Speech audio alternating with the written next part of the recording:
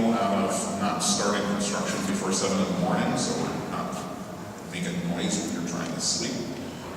Typically, we don't have much of a limit in the afternoon, other than the fact that we're normally working an 8-hour shift, and the guys come home at 3. But more to the point, those trucks have to go to a treatment facility. The closest one of those facilities is in New Jersey, so they pretty much have to leave by 2 or 3, or the receiving treatment facility won't accept the load. So the truck traffic is generally after the school buses are out. I'm not even sure if you guys do busing. Yes. Well, we will stay out of the way of the school bus traffic, and we'll do our best to stay out of the way of pedestrian traffic as well.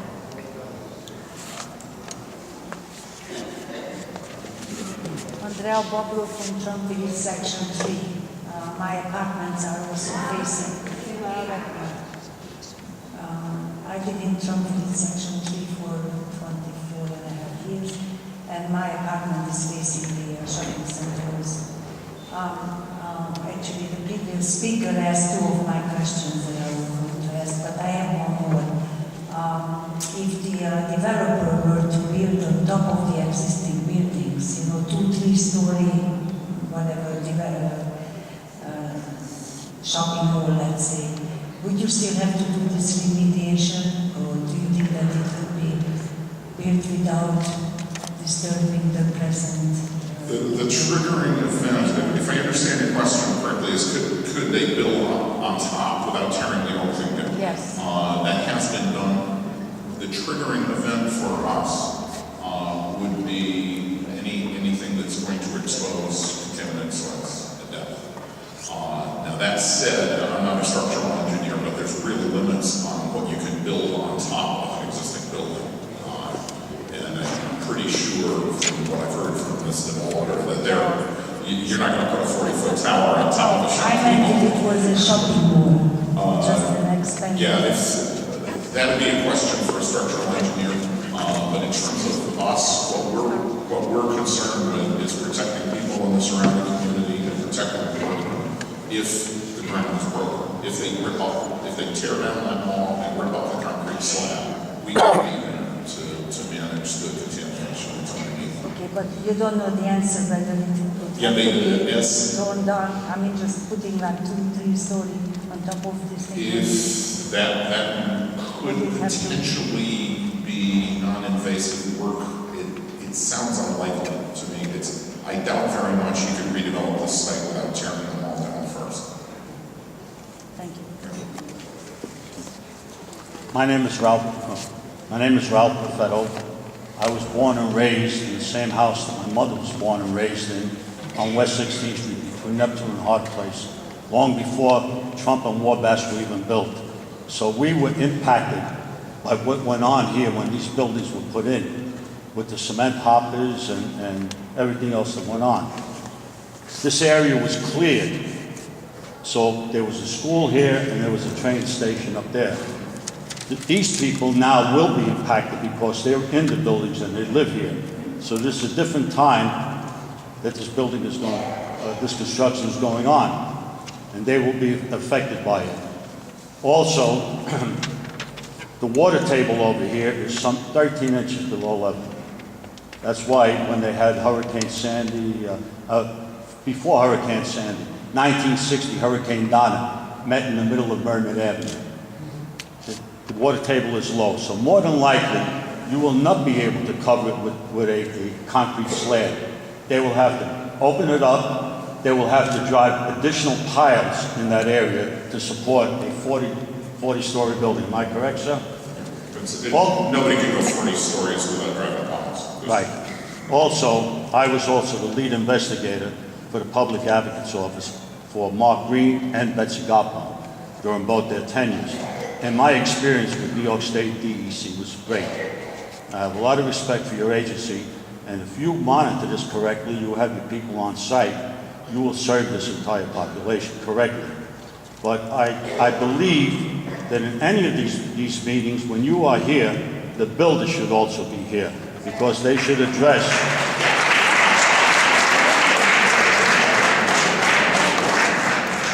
they talked about the impact on the school with the children. But during the Bergen project in Bergen Beach and Georgetown, where they built 1 and 2 family homes there, they had to upgrade the natural sewage treatment plant. So that's a strong consideration here. And regardless where you have children or not in those buildings, in those apartments, you're going to be using that sewage. All right?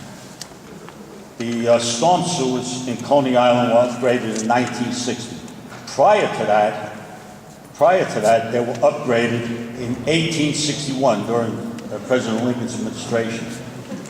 I know the history of Coney Island, my friend. And so basically, when you say there's no contamination at ground surface, that's irrelevant, because they're going to have to open it up, they're going to have to put piles in there, and it would prohibit a covered procedure. That's what has to happen. So I'm respectfully suggesting at the next meeting, have a representative for the developer here so they can answer the questions and you'll be aware of what is going on prior to anything they do. Thank you, sir. Very good. Very good. Couple of points I'd like to make. I don't disagree with you about having a developer here. But the intent is, if we go ahead with the cleanup project here, is that we deliver at the end of our project a site that does not pose health risks, that where you can drive piles without creating a problem, and where community safety is. Don't forget the brownfields were down there where the little ball field is on the other side of McDonald Ave, Michelle Road.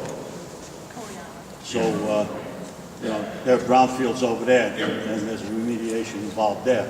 And certainly you're going to have that over here, sir. If I can put just a finger in there for a second, I got a message here that the controller has a statement, the city controller has a statement going red. And then we'll get back to everybody in line. Thanks. Thank you. Hello, my name is Jesse Campbell, Director of Community Affairs for the Controller. He asked me to read a statement regarding the proposed development, and I've left copies in the back for folks that want a copy of it. Skylines change in New York City, they should and they must, but these changes must be made in concert with the local community, not against its wishes. The proposed new development at Trump Village Shopping Plaza violates this basic principle. It is aimed at a neighborhood where the locally zoned school is overcrowded at 116% capacity. The proposed development will strengthen local infrastructure ranging from sewage and streets to access for essential small businesses like pharmacies. Perhaps most seriously, it is being proposed on a toxic brownfield. Construction on this site would stir up toxic dust into the air into the homes of longtime residents, many of whom are acutely at risk, like the old and young. That's a serious risk, and we cannot endorse any proposal that threatens our health and safety.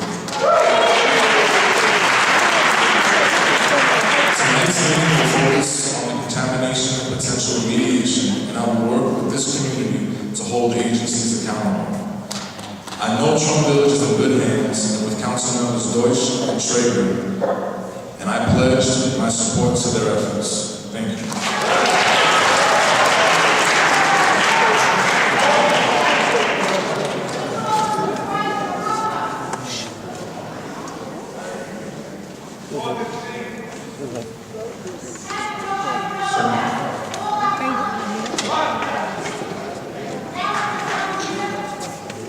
People's getting irritable. Okay, can everybody hear me? Good evening, ladies and gentlemen. I am Al Turk, and I've been living in Trump Village since 1965. I would like to refer to the last sentence on page 2 of the fact sheet put out by you, the New York State Department of Environmental Conservation. I quote, "In the future, if construction or utility workers excavate beneath the parking lot or existing buildings, additional health and safety measures will be required to reduce the potential for exposures to these contaminants." End of quote. I am so pleased that construction and utility workers will be protected from these chemical contaminants.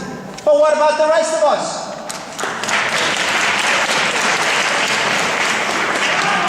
Especially the seniors, the medically frail, the infants in strollers, and the scores of school children who wait for the bus on Neptune and West 5th Street at the end of their school day. Who will protect us? Who will protect us in this flood zone A, hurricane-prone neighborhood? Reuben Schroen and his greedy corporation are risking the health of thousands of people by this shameful attempt to build on this contaminated site. How dare they?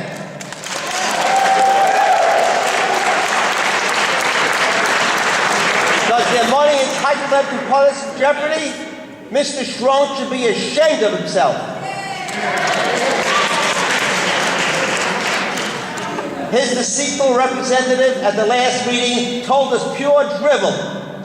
We in this community are demanding that this hazardous project be halted immediately. It is the right thing to do, and it is the only thing to do. Thank you.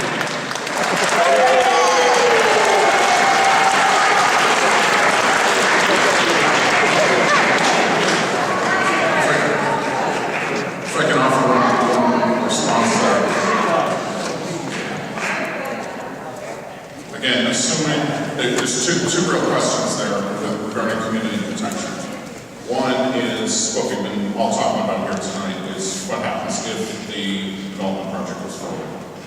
The other issue you brought up and what we're talking about in that fact sheet is it's ordinary utility work that might happen even if the mall stays open.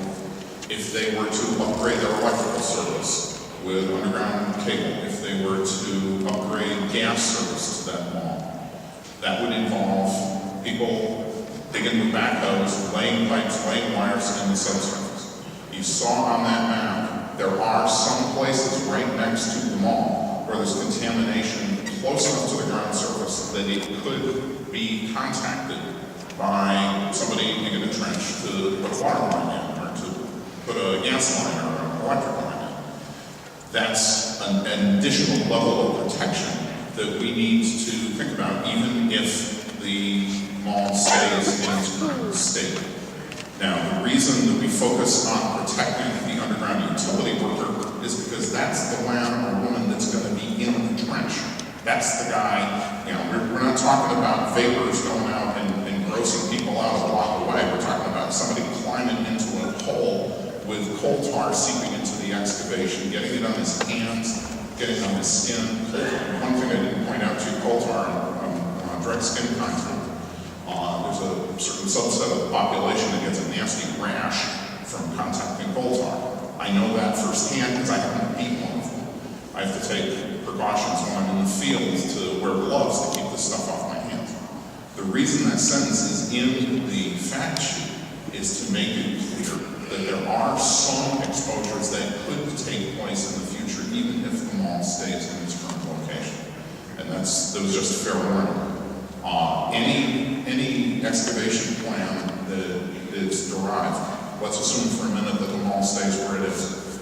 Any health and safety plan going forward to manage what's in the ground will have provisions in it for protecting the guy in the trench and also for protecting people in the surrounding community. The health department has a very good track record on that.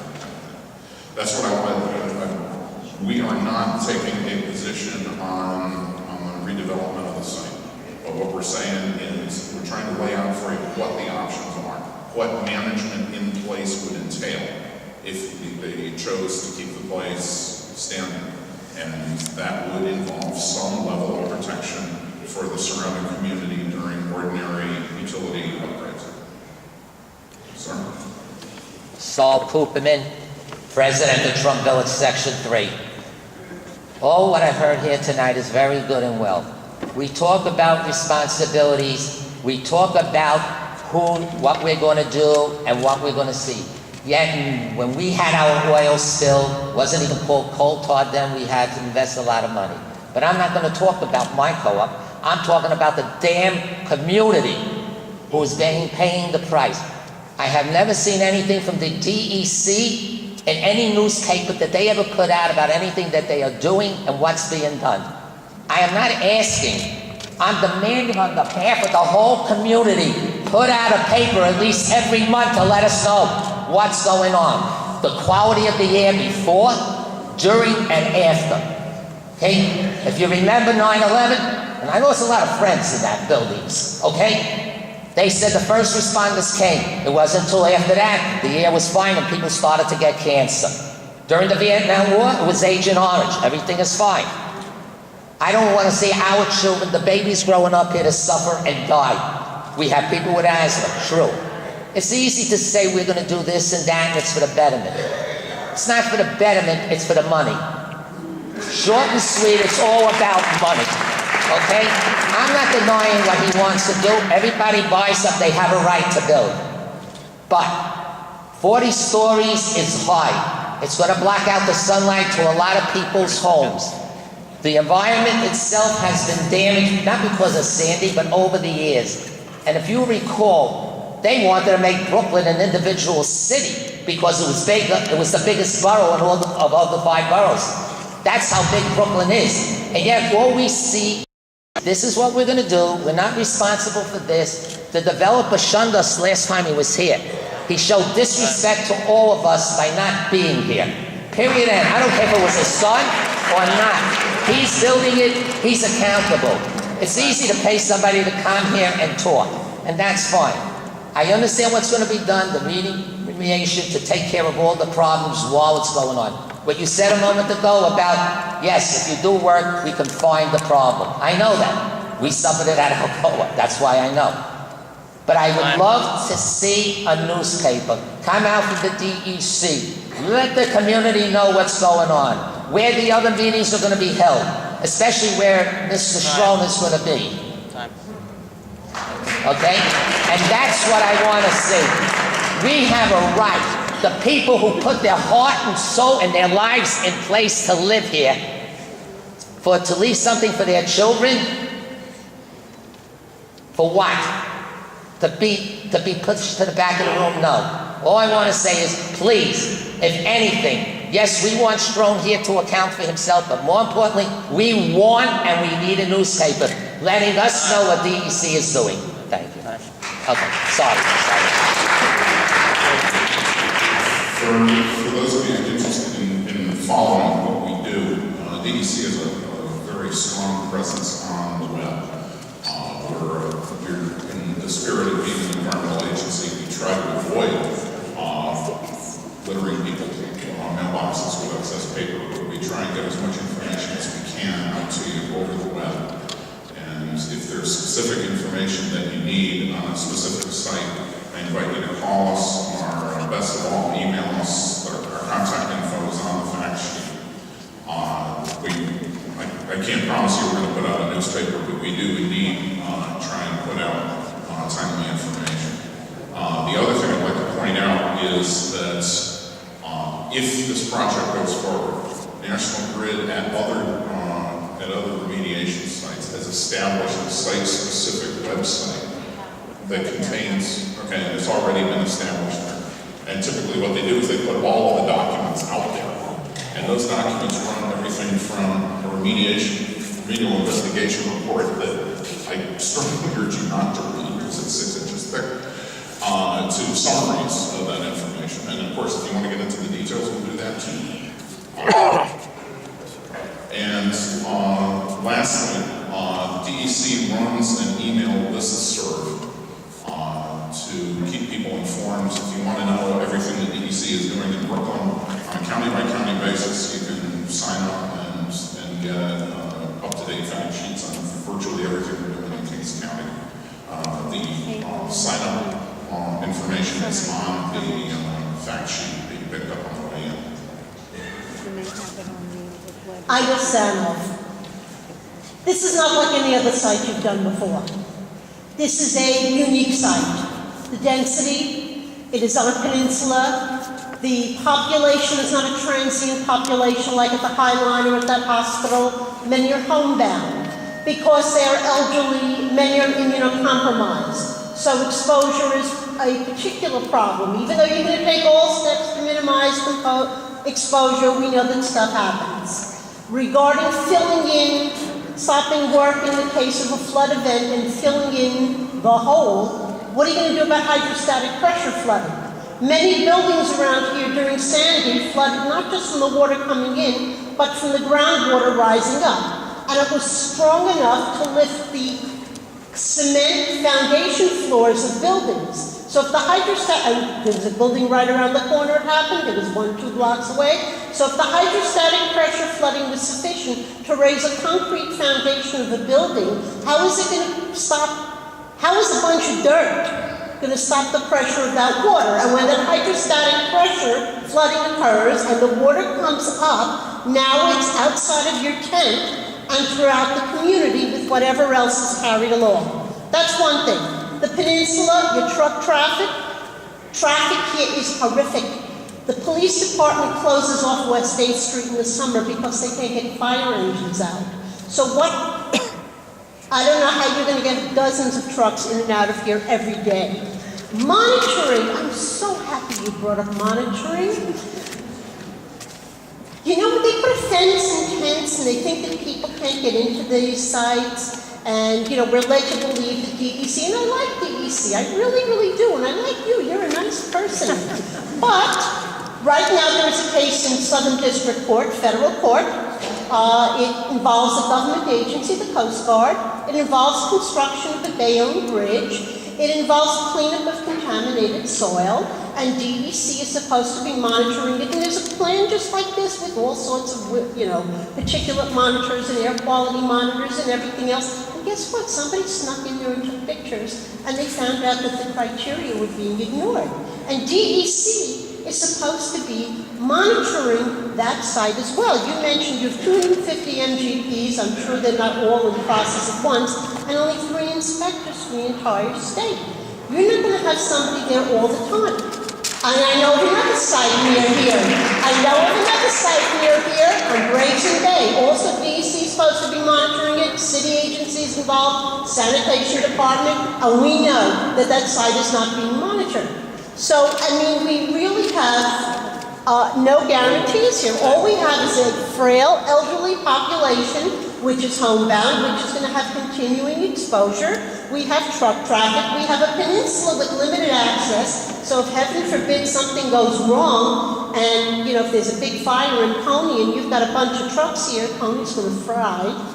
And that's all we have. And one last thing, noses. People go nose blind. It's a phenomenon. That's why your neighbors come into your apartment and they say, "Oh, you have a cat?"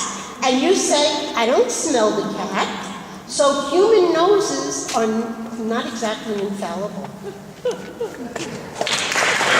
is correct. Which is why we use more than one nose.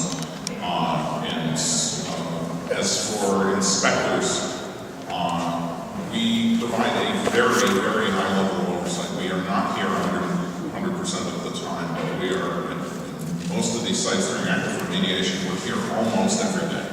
Southern District Now, Court. as for monitoring, the principal line of defense here is the structure, the building itself, and that building is under negative pressure.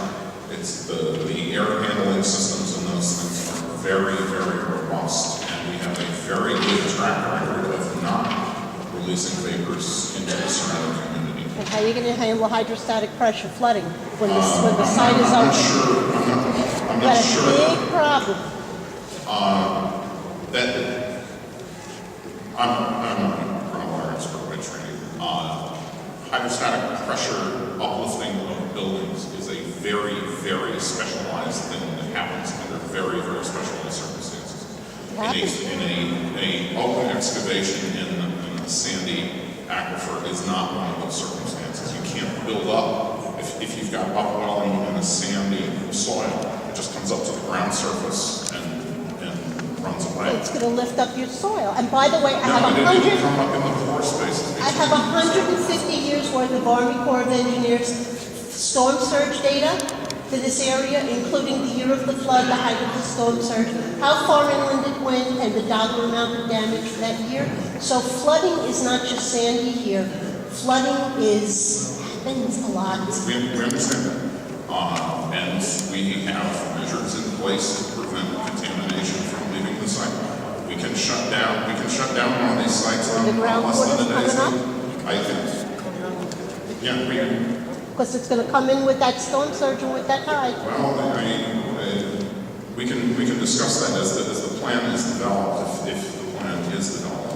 I think you may be misunderstanding how groundwater actually affects What buildings. lifted up the foundations? We get sinkholes after. I'm not familiar with the report you're talking about there, but true uplift of foundations from groundwater upland is extremely rare.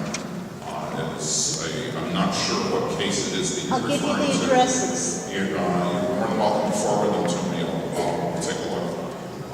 But at the ground surface, it's a very difficult thing to do.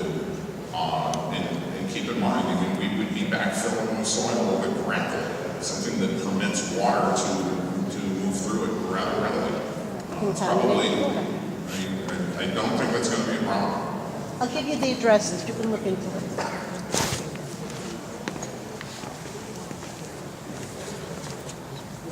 Hi, my name is Jeff Sanoff. I'm the current chair of the Environment and Sanitation Committee, Community Board 13. First of all, I would like to say to the representative, Congressman Hakeem Jeffries is still here.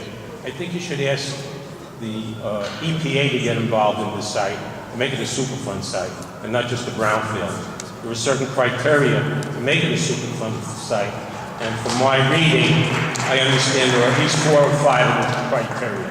In fact, I have worked on the Superfund site in East New York on the landfills there. So there could be more money coming in from the federal government to remediate this. Secondly, I had a meeting back on November 13th about the remediation of a small site on Neptune Avenue, which was a former dry cleaning site at 3375 Neptune Avenue. And who was there? Rodney Rivera, Jan O'Connell, and Brian Walden, DEC. I'm sure you know them. Okay. It was brought to my attention now that I have the fact sheet number 2 that just came out, that they're going to start the remediation there. The site is only 0.04 4/100th of an acre. This site is 25 times that site. And they said that this site is going to take 12 months to remediate, at least 12 months to remediate.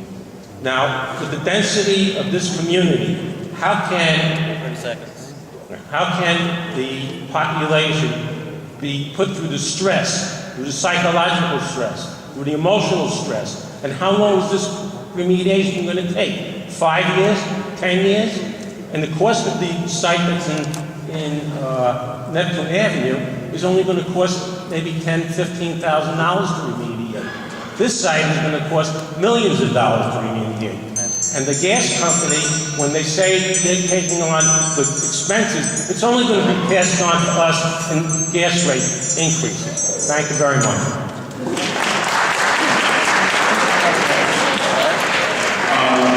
One thing I do need to confirm is that there is an agreement between National Grid and Public Service Commission. Their MGP remediation is at least partially funded by ratepayers. They also collect from their insurance companies. Believe it or not, there are still insurance policies valid back to events that happened in 1918. But yes, this is not free money. When I say it's not government money, but it is at least in part ratepayer money. So we're not. One of the reasons we don't go around spending money willy-nilly is we know that it's coming out of the public at some point. As for the dry cleaner site you referred to, I'm not familiar with that particular one. But if a very small site takes a month, that doesn't mean that the next bigger site takes a year. We've done quite a few of these sites. In your experience for 20 years, you should know about how long this type of site is going to take. Give me a range, give me a timeline. Yes, 6 months to 6 months To clean up the site? That'd be a good starting point. I'm not certifying that we can be in and out in 6 months. So what is this site that's only 1/25th of the size of the year? I don't know the details of that. It may have some, first of all, if they're doing a chemical treatment instead of an excavation, chemical treatments on The subslab. now that, pardon? They're doing the Oh subslab. yeah, they're not digging the site up. They're sucking air through the soil to try and get rid of the dry cleaner fluid, and it takes a long time for that process to run its course. We're talking about digging. So you say this is gonna take about 6 months? That would be a reasonable first guess. 6 months to clean up the whole site? 6 months to do the site, from the first shovel in the ground to turning it back over. Well, I guess Mr. Strong really wants to start building it then.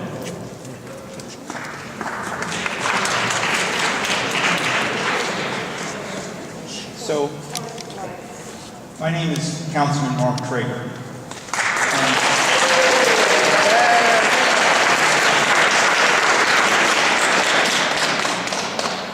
I'll begin by being somewhat nice, by saying that there's been 2 public meetings so far, and to DEC's credit, you've been here. The same cannot be said for the developer responsible for this project. But I want to be crystal clear that even though this development is not physically in my district, I am 100% opposed to a 40-story tower in the middle of a residential area, still dealing with the aftermath of Superstorm Sandy and other things. And to put this into context, it's really important, sir. And I respect you for coming down here tonight, and I appreciate that. But let me just put this into context, why there is such a trust deficit here. First of all, at the last meeting, I'm not sure if you were here, but this gentleman was, and I appreciate it because during the course of that meeting, whoever represented the developer misrepresented a whole host of things where the DEC had to publicly correct him on the record.